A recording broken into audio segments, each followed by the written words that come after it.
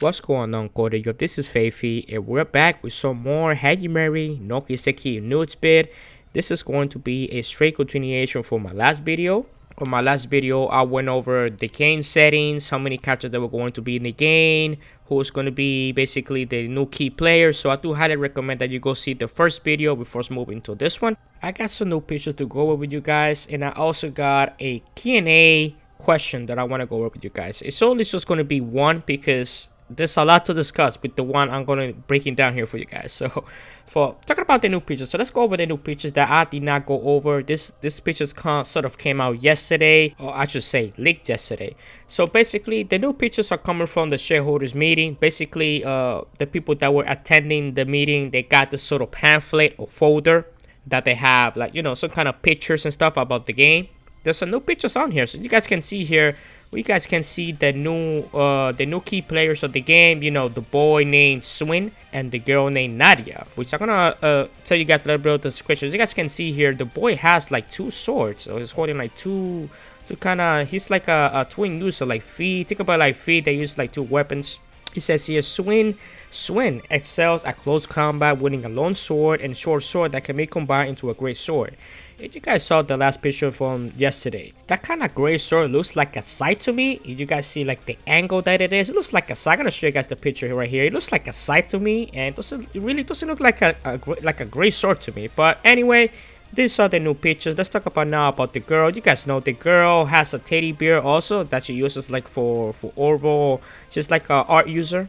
And it says here, Nadia wields needle, of course, from a stuffed toy and steel wires. She possesses a variety of needles, including several kinds of poisons, to adjust to the situation.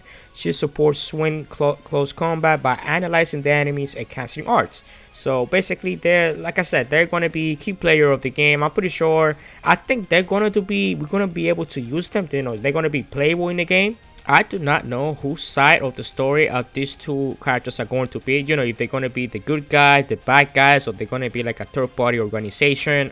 I do not know. You know, you guys can throw your own theories about where do you think these guys are. You know, there's a lot of rumors saying that these are enforcers. And, you know, there's a lot of theories going on at the moment who these two characters are going to be. But I'm going to leave it there.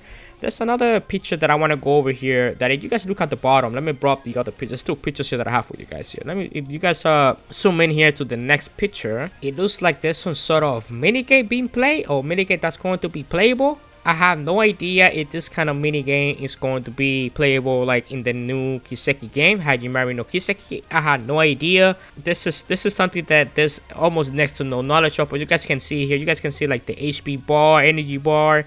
And you kind of can see Alisa in the, looks like the magical DLC, the magical DLC clothes. You guys remember that DLC for Cosio 4 that they have, you know, that every girl basically wear like in disguise as a magical, you know, with the full fan service. I think this is basically the same one, but I could be wrong though because I never bought that DLC, so I do not know. But there you go. These are the two new pictures that I want to go over with you guys, since I think I went over on the last bit, since like I said, these pictures were released yesterday. Now, I want to go over with you guys with a question that was asked during the Q&A, during the Falcom shareholders meeting. This is a question that Kondo was asked last year. The same question. We're going to go over here, the same question here today. But the fact that I want to go over this question is due to the fact that Kondo answered with a very interesting answer, which I'm going to try my best to break it down why this is very important. I want to go over with you guys. So, as usual, one of the questions that they asked Kondo was that there seems to be a dissatisfaction toward the graphics of the games. You know, people are complaining about the graphics. You know, this is nothing new. If you have been in the community long enough or have been following me for years, you guys know this is not something that the hardcore fan base complains a lot. The only two times I ever talk about the graphic was during the last year shareholders meeting when they, when they talked about it. And during the Just 9 Monstronauts trailer reveal, I was not feeling the game, and that was I think the only two times I ever complained or or say my my dissatisfaction with how things were going. But anyway, the way Falcom answered this question is unbelievable. So this is what he says. He says that they've been aware of this complaint for years now, like he usually says, and they're dealing with some kind of limitation of the game engine that they're currently using. This is what he said. I want you guys to pay attention to this. Future titles will be using a new game engine that have been developed in-house. all this year they've been using the Fire engine that was developed by Sony, but Falcom is currently developing its own engine internally. As ever, as it appears, the engine will take some time to complete. The first title to use the engine is still on the way off. Kondo said he would like to see how the future project will work with the new engine. Alright, so now what you guys are thinking, alright Feify, why is this a big deal? Why do we care that Falcom is doing their own engine internally?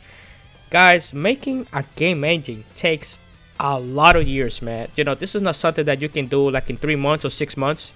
You have to be pouring a lot of money and a lot of manpower. If you look at the size of Falcom as a company, right, they're like sitting around right now like a 63 or 64 employees at the moment. They are not the biggest company ever, man.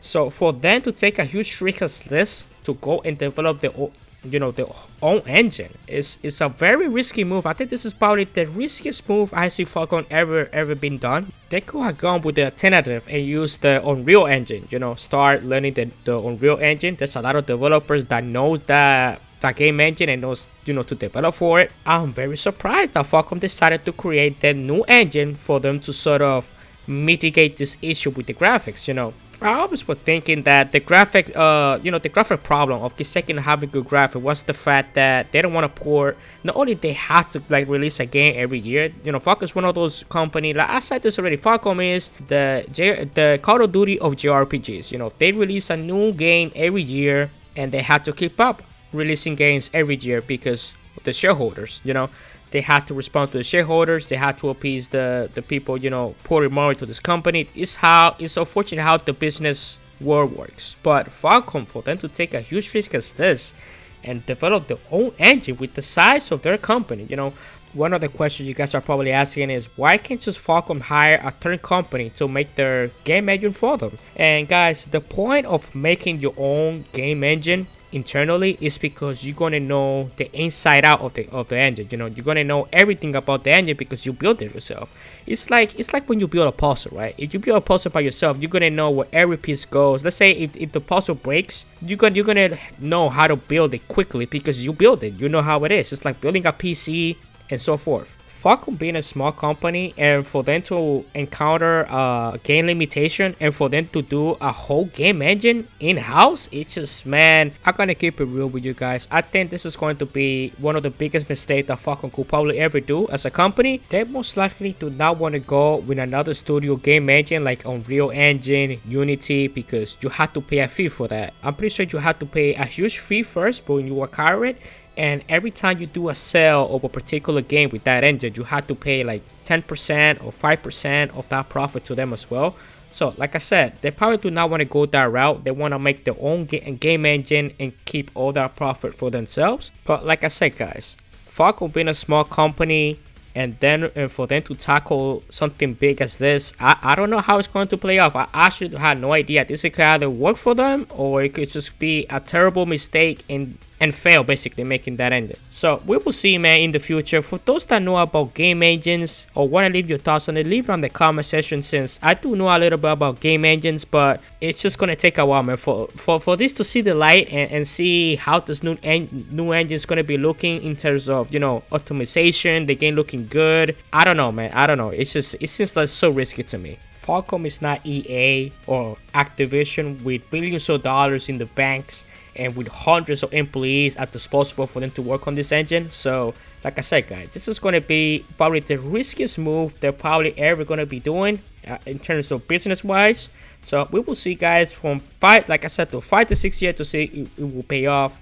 I do not know when this engine is going to see the light, you know, to be completely finished and they can finally build games on this new engine. We do not know what is the time frame of this. They didn't say anything when this is going to be approximately be finished, but we will see, guys. This is up in the air at the moment. Alright, Corio, I'm gonna end this video right here talking about this game engine, this new game engine. It's just crazy because usually you don't see this kind of announcement for the studio as small as this, as small as Falcom, you know. But I'm gonna end the video right here, guys. Make sure to subscribe so you don't miss out the new videos I'm about to put out. I have about 4 videos before the year ends, and we're about to hit 1K, man, on this channel. This is crazy, man. I never thought I ever gonna be hitting 1,000 subscribers. I don't know if I should do a, should I do a giveaway for 1,000 subscribers? Let me your comments. You guys saw the video up to here. What kind of giveaway should I do for 1,000 subscribers? As soon any new information Hajimari no Kiseki comes out, I'll be covering on this channel. And since it's coming during the summer next year, we're gonna be having more fresh information earlier since it's coming earlier. So alright guys, thank you so much for watching guys. I do appreciate you guys being here. They call me Feify. See you guys on the next one, right? Gotcha.